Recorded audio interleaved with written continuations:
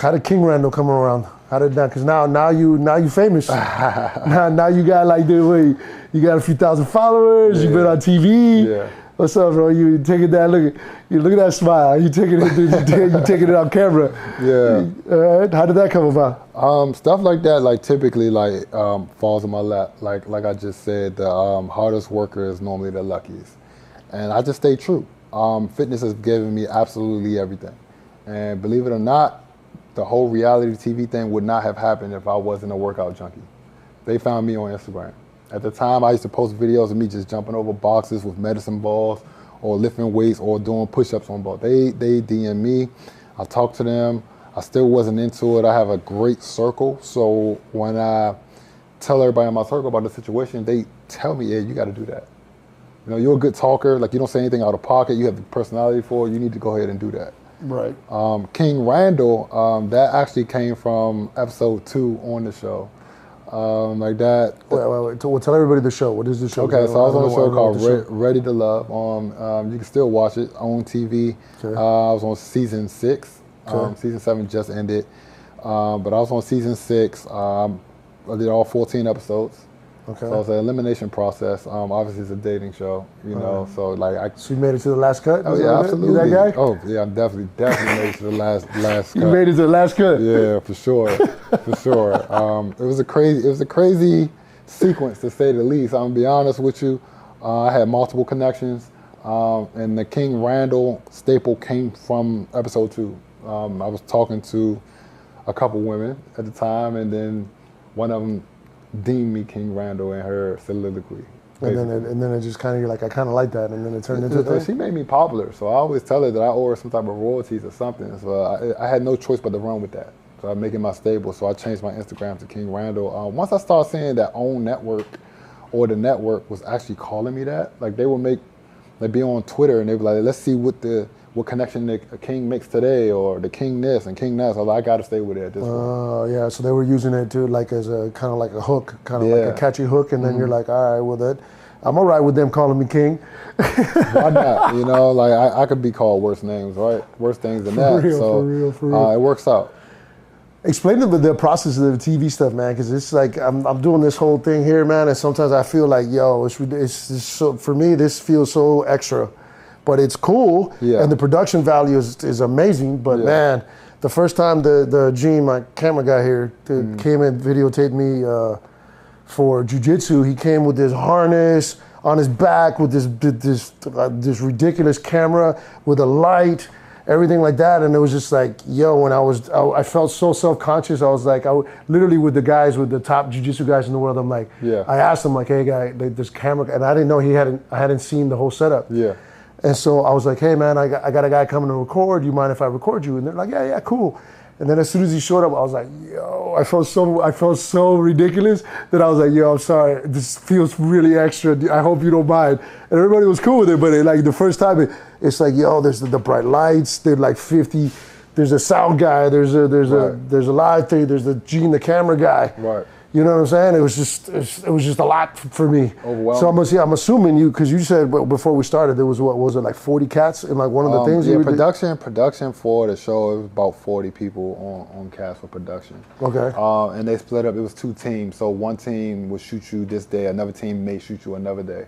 Okay. Right. Like it'll be kind of like this setup with all of the lights and everything, but it'll be multiple cameras. Okay. And then they would have got a walk up. So like you would come in on a typical day. You would come in, you acknowledge everybody. As soon as they see you, while you're talking to one producer, somebody's already putting your microphone on. So they're wiring you up for your microphone. To speed up the process. Because everything's on time. Time. Everyone's got like a specific task and just do that task. Absolutely, absolutely. Then they tell you where you're going to be sitting. They tell you exactly what's going to happen. Okay, so look, we're going to go out to the front. We're going to do your walk up. Okay, so when we do your walk up, you're gonna come in, you're gonna ask the waitress this, you're gonna sit here. So now you gotta process this, understand what they're telling you to do, and still be natural, like this is something that's happening like firsthand. You understand what I'm saying? Yeah. So there's a little bit of direction, but it's still kind of like as close as you can to like the you being you type of thing. Yeah, but it's hard to be you when the camera's on you. So like that's something you gotta like ultimately have control over your mind and figure out how to trick yourself like, all right, cool, the camera's not here. You know, I had to like get rid of the cameras. Like I had to like, the camera is not really here. I'm just gonna walk normal. The camera's not here, even though this person is 2 feet in front of me backpedaling. Yeah. You understand what I'm saying? So it's like, then you leave that camera and then you go sit down at a table and then it's big cameras. And it's multiple cameras. Like it may be 2 cameras over here and then they gotta get a wide shot. And the wide shot, they may stop what you said, like we just did, and then move all the cameras to the right of you and then say, okay, this is what you just said, go from here. And you gotta say everything all over again, as close as you can as possible. What? That I didn't know. It's a lot. So like the whole process that I just named, just think about that when you got 2 people. So they gotta do my walk up, they gotta do my microphone, you know, they gotta tell me what's gonna go, have me sit down. Right. And then they gotta have the young lady do the exact same thing. The exact same process. Yeah, so I'm just sitting there. And now when we're shooting in public, like at restaurants, they don't shut down the restaurant. No, there's still people who are really out on dates. They're having a good time. So now you got in the back of your head, you got people, everyone in this restaurant is looking at you because you're surrounded by lights. You know, so when I first started the process, I was so frustrated. I was like, oh, this is overwhelming. Luckily, they started us in like a group setting for the first thing. It was like a mixer, right? And this is how you make a name for yourself, right? Look at that smile, right? Look at that, love it. Look at that smile, baby. When you walk into the mixer, like this is when, let's say, okay, on the show it was 10 men, 10 women, right? Okay. And this is where you like start to cultivate or make your connections. Okay. You understand what I'm saying? So they let you in one by one. When I got into my scene, when I got in there, it was already 4 people there, so I was the 5th one. All right. Okay. I'm trying to process in my head how not to make a mistake. Okay. Now they put me in the car, they drive me around to the front of the mansion, I get out the truck. Now I'm like, all right, don't fall. You know, let me make sure my clothes is right. You know, I got to do all of this while the camera's filming. You know, like don't make it too obvious, still look real smooth. You know, as you're walking through the mansion, you walk in the house, you walk through the mansion, there's producers everywhere on the side of you, but you don't see them on camera. The hallway was getting longer and longer, bro. It was just like, oh my God, like this is... It's like that dark tunnel that's just kind of getting narrowed down into nothing. And I've never been on camera like in this form. Like playing basketball is different, you know what I'm saying? But yeah, because you lost in the game. Yeah, you know what I'm saying? No, this is like specific, you know? So I'm like trying to stay cool, not sweat. I said, okay, they told me where, you know, the alcohol was. And I'm not the biggest drinker, but like to get on the camera, I did drink a little bit. Yeah, just to doctor. So they tell me where the champagne is and what's going on. I'm already made up in my head. I'm gonna walk out, I'm gonna grab me a champagne glass, and I'm gonna walk over to the table where the other ladies and gentlemen are, and I'm just gonna do that real smooth. Bro, I walked out and grabbed apple cider. I already messed up, you know, like immediately messed up. I'm like, oh man, like, you know, so now I'm just like, okay, don't fall. Let me just walk down these stairs, you know, get over to the table, trying not to sweat too much. It's 100 degrees in August. You know, I finally sit down at the table and then I don't even know what to do at this point. Luckily, April, my castmate, she's super into fitness. Okay. And she like de-escalated everything for me. She kind of made me like calm down. Right. And once she did that, everything was like smooth sailing. Yeah, I mean, like I said, it's like anything else. You just got to learn the process at the very beginning. But it's like, I now had that thing with the social media. It took me a while to kind of get comfortable of like filming myself. At the very beginning, I just felt like you feel like super awkward. Yeah. This is just on another scale.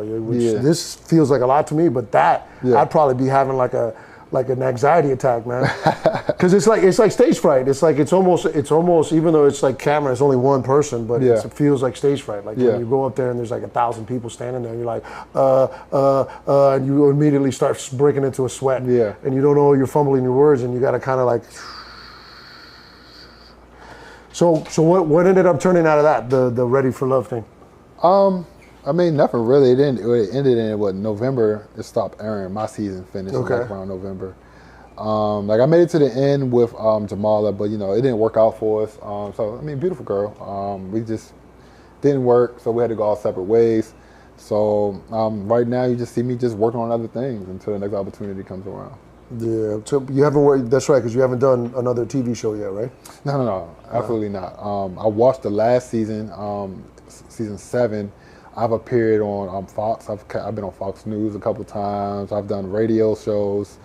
I've done panels to talk about the new season. So I'm still working. I just kind of explain that a little bit. Like, how does that work? I'm assuming that you got the show. Yep. And then at the tail end, it's like now you're doing like kind of promo stuff? Is it promo stuff? I mean, you do more promo in the beginning, and that's just for the show. Okay. But now it's more like the individual. You get what I'm saying? Okay. It goes from like talking about you like King Randall on Ready to Love to like just Randall, you know. And you still talk about the show, and that might be what they ultimately want you on from. Okay. But they always ask you about your actual life, and that's when I'm able to like dig a little deeper, like you're and talk about things that we're talking about. Right. You know, so it's a good experience. Fox was weird because it was live.